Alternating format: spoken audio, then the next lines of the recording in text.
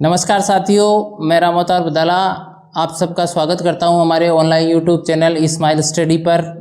आज मैं नया चैप्टर आपकी प्रतिरक्षा और रक्त समूह नामक चैप्टर लेके आया हूं और ये चैप्टर आरबीएसई क्लास 10th में 3 अंक का है, जिससे एक एक अंक के 3 प्रश्न पूछे जाएंगे। तो अपन स्टार्ट करते हैं प्रतिरक्षा एवं रक्त समूह। तो सबसे पहले देखते हैं प्रतिरोधक क्षमता। देखिए, मानव शरीर में सामान्यतः मानव शरीर रोज अनेक प्रकार के रोगाणुओं से ग्रसित होता है, लेकिन उन रोगाणुओं की संख्या के आधार पर वह रोगग्रस्त नहीं होता है। क्यों? क्योंकि उसके शरीर की रोग प्रतिरोधक क्षमता होती है, जिसके कारण वह अधिकांश जीवाणुओं को नष्ट कर देता है। ये जो प्रतिरोधक क्षमता है ये 2 प्रकार की होती है। कितने प्रकार की होती है? 2 प्रकार की होती है। 2 प्रकार की प्रतिरोधक क्षमता होती है। पहली प्रतिरोधक क्षमता जो है आपकी जन्मजात या स्वाभाविक प्रतिरक्षा। सामान्यतः इसमें क्या होता है, देखिए प्रिय विद्यार्थियों, इसमें साफ साफ देखा है अपने शरीर में उपस्थित जो प्रतिरोधक क्षमता है, शरीर की स्वयं की जो उपस्थित प्रतिरोधक क्षमता है वो क्या कहलाती है? जन्मजात या स्वाभाविक प्रतिरक्षा कहलाती है। ये जो विधि है प्रतिरक्षा विधि, इसे प्राकृतिक प्रतिरक्षा विधि कहते हैं, क्योंकि मानव शरीर की स्वयं की है। इसमें देखिए सहायक कौन कौन से कारक हैं, इसकी बात करें। जन्मजात में सहायक जो कारक हैं उनकी अगर चर्चा करें तो सबसे पहले अपन चर्चा करते हैं सहायक कारकों की। नंबर 1 जो है आपका भौतिक कारक। भौतिक कारक की अगर अपन चर्चा करें, भौतिक कारक कौन कौन से हैं, तो सबसे पहले मैं बता दूं आपको, त्वचा और नासा क्षेत्र, ये 2 पक्षमाभ है, सीलिया है, ये सारे के सारे क्या हैं? भौतिक कारक है। दूसरा जो कारक है आपका रासायनिक कारक। दूसरा जो कारक है आपका रासायनिक कारक। और रासायनिक कारक की अगर अपन चर्चा करते हैं तो रासायनिक कारक में आपका लार, अश्रु, पसीना, ये सारे के सारे क्या आ जाते हैं? रासायनिक कारक आ जाते हैं। तीसरा जो है आपका कोशिकीय कारक, या कह सकते हैं कोशिका कारक। इसमें देखिए मैक्रोफेज है, मोनोसाइट है, आपकी जो भी WBC की कोशिकाएं हैं वो सारी की सारी कोशिकीय कारक की बातें जन्मजात या स्वाभाविक प्रतिरक्षा विधि में सहायक होती है। और जो चौथा कारक है इसका अगर अपन चर्चा करते हैं तो इसके जवर या सूजन जिसको बोलते हो, दोनों चीजें, ये जवर अलग चीज है और सूजन अलग चीज है, तो यहाँ पर जवर और सूजन है, ये भी आपकी इसमें सहायक होती है। तो इस प्रकार से जन्मजात प्रतिरक्षा स्वयं के शरीर की प्रतिरक्षा है। अब दूसरी विधि देखते हैं, उपार्जित प्रतिरक्षा विधि। उपार्जित प्रतिरक्षा विधि की बात करें तो देखिए मानव शरीर की बात करते हैं अपन लोग। सबसे पहले मानव शरीर की अगर अपन चर्चा करते हैं तो प्रिय विद्यार्थियों यहाँ ध्यान देने की बात है, मानव शरीर में बाहर से बाहरी प्रवेशित या विशेष रोगाणु के प्रति प्रतिजन प्रतिरक्षी क्रिया विधि है क्या? आपकी उपार्जित प्रतिरक्षा विधि। यानी बाहर से ये 2 प्रकार की होती है। देखिए उपार्जित प्रतिरक्षा विधि में क्या होता है, बहुत ही महत्वपूर्ण बात है, इस विधि में किसका निर्माण होता है? एंटीबॉडी का निर्माण होता है, प्रतिरक्षी का निर्माण होता है। साहब बहुत महत्वपूर्ण बात है ये। उपार्जित प्रतिरक्षा विधि में प्रतिरक्षी का निर्माण होता है और प्रतिजन प्रतिरक्षा क्रिया विधि जो है ये उपार्जित, या आपकी कह सकते हो इसे प्रतिरक्षा उपार्जित या विशिष्ट प्रतिरक्षा भी आप इसे कह सकते हो। इसमें सामान्यतः क्या होता है, देखिए ये 2 प्रकार की होती है। ये जो प्रतिरक्षा विधि है ये कितने प्रकार की होती है? 2 प्रकार की होती है। नंबर 1 जो है आपकी सक्रिय। सक्रिय में देखिए किसी विशेष रोगाणु के प्रति शरीर के द्वारा जो विशेष प्रकार के प्रतिरक्षी बनाए जाते हैं वो सक्रिय कहलाती है। और जो दूसरी है आपकी वो है निष्क्रिय उपार्जित प्रतिरक्षा विधि। ये जो निष्क्रिय उपार्जित प्रतिरक्षा विधि है इसमें क्या किया जाता है, बाहर से कोई प्रतिरक्षी प्रवेश करवाया जाता है किसी प्रतिजन विशेष के प्रति। उदाहरण के लिए जो आपके रोगों के टीके, ये रोगों के जो टीके हैं, खासतौर से डिप्थीरिया है आपका, या जो खांसी है, इनके जो टीके हैं वो कौन सी विधि में आते हैं, या कौन सी आपकी प्रतिरक्षा विधि है? निष्क्रिय उपार्जित प्रतिरक्षा विधि में आते हैं। अब आगे देखते हैं प्रिय विद्यार्थियों प्रतिजन या एंटीजन। प्रतिजन या एंटीजन को अपन देखते हैं। चर्चा करते हैं तो प्रतिजन की, प्रतिजन किसे कहते हैं, किसे कहा जाता है प्रतिजन। देखिए प्रतिजन वह भारी पदार्थ है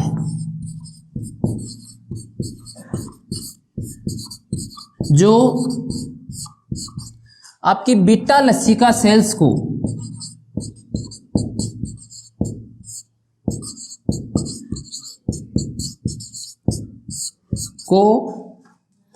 प्लाज्मा कोशिका में परिवर्तित करके प्रतिरक्षी उत्पादन हेतु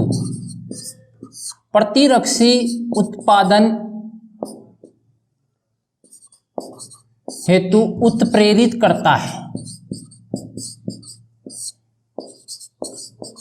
और विशेष प्रकार के प्रतिरक्षी का निर्माण करने के लिए उन्हें अग्रसित कर देता है, उत्प्रेरित कर देता है और वो विशिष्ट प्रकार का प्रतिरक्षी बन जाता है जो कि प्रतिजन से क्रिया करता है। तो सामान्य सी परिभाषा प्रतिजन या एंटीजन किसे कहा जाता है, वह भारी पदार्थ या रोगाणु जो बीटा लसी कोशिकाओं को प्लाज्मा कोशिकाओं में प्रेरित करके विशेष प्रकार के प्रतिरक्षी निर्माण हेतु प्रेरित करता है, उत्प्रेरित करता है और ये विशिष्ट प्रतिरक्षी विशेष प्रतिजन से क्रिया करता है। अब बात करते हैं प्रतिजन की। तो प्रतिजन का आणविक भार अगर अपन देखें, बहुत महत्वपूर्ण प्रश्न बन सकता है यहाँ से, 1 अंक का आणविक भार। इस एंटीजन की बात करें, इस प्रतिजन की बात करें, इसका आणविक भार क्या होता है, इसका आणविक भार 6000 डाल्टन या इससे अधिक होता है।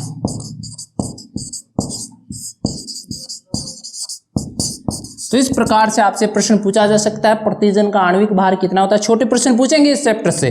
तो आणविक भार की अगर अपन चर्चा करते हैं तो आपके सामने 6000 डाल्टन या इससे अधिक होता है। अब चर्चा करते हैं आपकी प्रतिरक्षी या एंटीबॉडी किसे कहा जाता है। नाम बहुत सुनते हैं विद्यार्थी की एंटीबॉडी, लेकिन प्रतिरक्षी किसे कहा जाता है। प्रतिरक्षी की अगर अपन चर्चा करते हैं तो देखिए प्रिय विद्यार्थियों, प्रतिरक्षी किसे कहा जाता है। सामान्य रूप से प्रतिरक्षी वह प्रोटीन है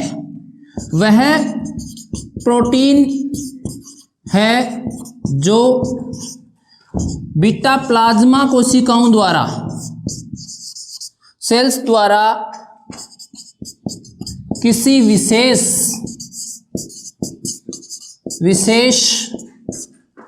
प्रतिजन से अनुक्रिया करने हेतु निर्मित किया जाता है।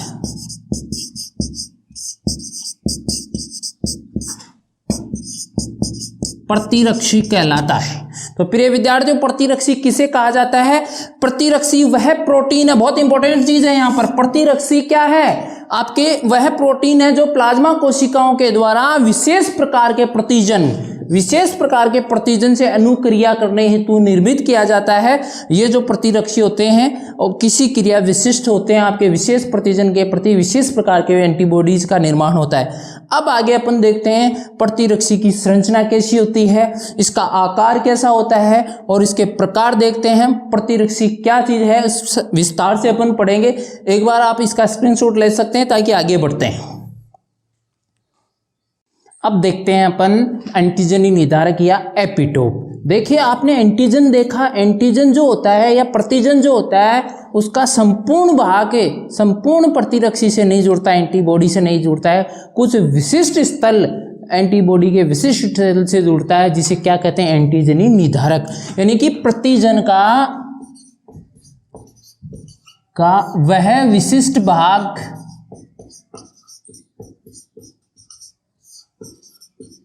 जो प्रतिरक्षी से जुड़ता है एंटीजनी निर्धारक या एपिटोप कहलाता है।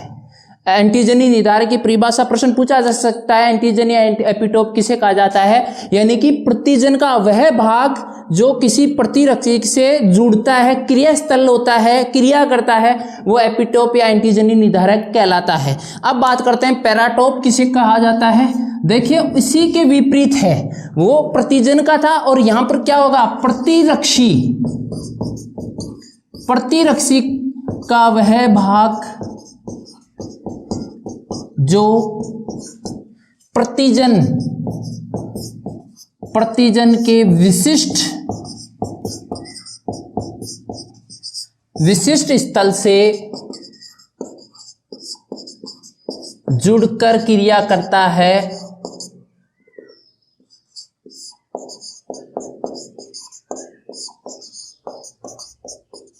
आपका पेराटोप कहलाता है। ध्यान दीजिए विद्यार्थियों, ये जो पेराटोप है आपका, ये पेराटोप क्या होता है? प्रतिरक्षी का वह भाग, विशिष्ट स्थल जो प्रतिजन के विशिष्ट स्थल से क्रिया करता है, पेराटोप या आपका क्या कहलाता है? प्रतिरक्षी का विशिष्ट क्रिया स्थल कहलाता है। अब देखते हैं प्रतिरक्षी किसे कहते हैं, क्या है प्रतिरक्षी? देखिए अपन ने पहले भी देखा है, ये जो प्रतिरक्षी हैं आपके क्या हैं? प्लाज्मा सेल्स द्वारा उत्पादित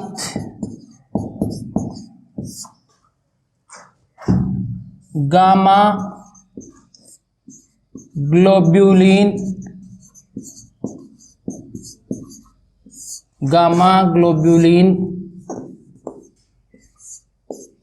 प्रोटीन। प्रतिरक्षी क्या है? गामा ग्लोब्यूलिन प्रोटीन है। बहुत इंपॉर्टेंट लाइन है आपकी यहाँ पर। अब आगे बढ़ते हैं, सामान्यतः प्रतिरक्षी का आकार। प्रिय विद्यार्थियों, प्रतिरक्षी के आकार की अगर अपन चर्चा करते हैं तो प्रतिरक्षी का आकार अंग्रेजी के वाई अक्षर किसके समान होता है? अंग्रेजी के वाई अक्षर के समान होता है। अब चर्चा करते हैं अपन प्रतिरक्षी की संरचना की बात करें। प्रतिरक्षी की संरचना कैसी होती है? ध्यान दीजिए, प्रतिरक्षी की जो संरचना है ये दो समान अर्धांशों से मिलकर बनी हुई होती है। ये देखिए यहाँ पर दो श्रृंखलाएं होती है। ये संरचना आपके सामने प्रतिरक्षी की प्रारूपिक संरचना, ये दो श्रृंखलाओं से मिलकर बनी होती है। एक श्रृंखला आपकी हल्की होती है और दूसरी श्रृंखला जो होती है वो भारी श्रृंखला होती है। ये दोनों श्रृंखलाएं हैं, इनमें आपका NH2 समूह और COO समूह यानी कि एमिनो एसिड से मिलकर बनी होती है आपकी ये जो गामा ग्लोब्यूलिन प्रोटीन होती है प्रतिरक्षी वो। तो यहाँ पर देखिए, ये जो दो समान अर्धांश होते हैं वो डाइसल्फाइड कौन से बंधों से मिलकर बने होते हैं? डाइसल्फाइड बंधों से मिलकर बने होते हैं। बहुत इंपॉर्टेंट लाइन है, आपस में दोनों अर्धांश किससे मिलकर बने हुए होते हैं? डाइसल्फाइड बंधों से मिलकर बने हुए होते हैं, आपस में जुड़े हुए होते हैं। अब आपका प्रश्न बनता है हिंज या कब्जे। हिंज या कब्जे की अगर अपन बात करें तो देखिए, ये जो अंग्रेजी का वाई अक्षर आप देख रहे हो, यानी कि इस यहां से जो इसकी भुजाएं हैं आपकी, ये जो भुजाएं उद्गमित होती है, जहां से भुजाएं निकलती हैं, वो काफी लचीला स्थान होता है। इस लचीले स्थान को क्या कहा जाता है? आपका हिंज या कब्जे कहा जाता है। तो इस प्रकार से प्रतिरक्षी सामान्यतः प्लाज्मा सेल्स द्वारा उत्पादित गामा ग्लोब्यूलिन प्रोटीन होती हैं, जो अंग्रेजी के वाई आकार, अंग्रेजी अक्षर है वाई आकार की होती हैं। और इसकी संरचना आपको मैंने बताया कि किस प्रकार से हल्की और भारी श्रृंखलाएं जो है समान अर्धांशों में डाइसल्फाइड बंध द्वारा जुड़ी हुई होती हैं। और ये जो वाई अक्षर है आपका अंग्रेजी का, इसकी जो दोनों भुजाएं जहां से उद्गमित होती हैं वो स्थान लचीला होता है, उसे क्या कहा जाता है? हिंज या कब्जे कहा जाता है। तो इस प्रकार से अपन ने देखा। आप एक बार इसका स्क्रीनशॉट ले सकते हैं, फिर हम देखते हैं आगे प्रतिरक्षियों के प्रकार। तो देखिए, एक बार स्क्रीनशॉट ले लीजिए आप।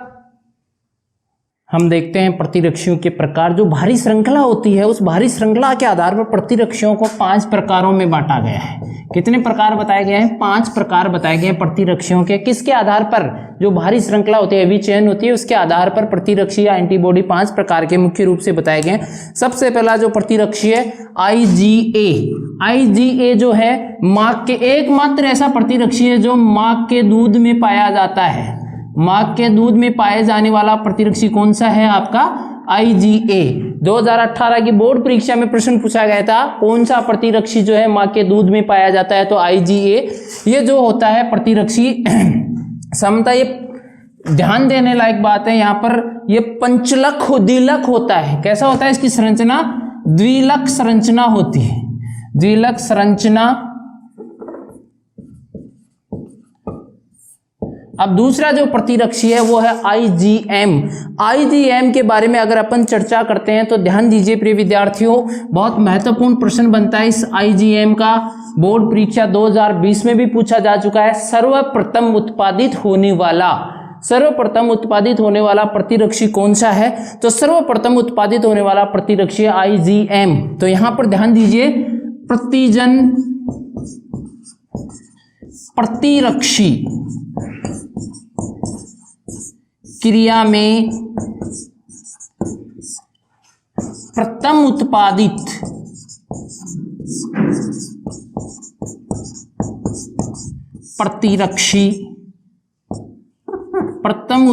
प्रतिरक्षी है कौन सा? IgM। और आप इसकी संरचना की बात करते हैं तो पंचलक संरचना होती है। इसकी संरचना कैसी होती है? पंचलक संरचना होती है। बाकी जो है वो मोनोमर होते हैं, शेष जो होते हैं वो कैसे होते हैं? मोनोमर होते हैं। अब चर्चा करते हैं तीसरा जो है IgA की अगर अपन बात करते हैं, IgA की अगर अपन चर्चा करें तो देखिए IgA में यहां ध्यान देने लायक बात है आपकी IgA। आपका IgA हो गया, इसके पश्चात IgM हो गया, अब IgG। ये क्या करता है? एकमात्र ऐसा प्रतिरक्षी है जो क्या करता है? आंवल या आप कह सकते हो प्लेसेंटा को पार कर भ्रूण तक पहुंच जाता है।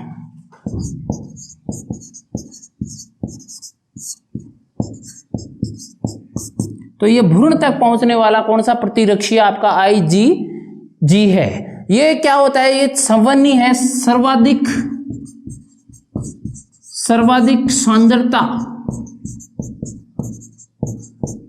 सीरम में पाई जाती है। कौन से प्रतिरक्षी की? आपके IgG की सर्वाधिक सांद्रता पाई जाती है। देह का प्रमुख प्रतिरक्षी है ये। याद करने लायक बात है, ये रक्त या अन्य जो देह के पदार्थ है उसमें भी ये पाया जाता है। बहुत ही इंपॉर्टेंट लाइन बता रहा हूं आपको, यहां पर नोट करके आप लिख सकते हो इस चीज को।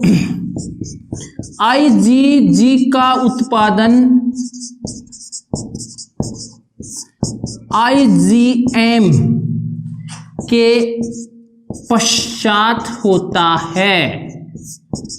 यानी कि विद्यार्थियों यहां ध्यान देने लायक बात है, सबसे पहले कौन सा बनता है? IgM बनता है, उसके बाद में क्या बनता है? IgG बनता है। अब आगे बढ़ते हैं अपन IgE की। ये जो नया प्रतिरक्षी है इसकी बात करते हैं। बोर्ड परीक्षा 2019 में यहां से भी प्रश्न आया हुआ है। प्रश्न पूछा गया था कौन सा प्रतिरक्षी जो है आपकी प्रत्यावर्ती या एलर्जी क्रियाओं में भाग लेता है। तो यहां ध्यान देने लायक बात है, यहां पर ये जो एलर्जी शब्द है, जो भी आपकी प्रत्युर्जा या एलर्जी में भाग लेने वाला, ये जो भी एलर्जी होती है, शारीरिक एलर्जी, इसमें भाग लेने वाला प्रतिरक्षी है।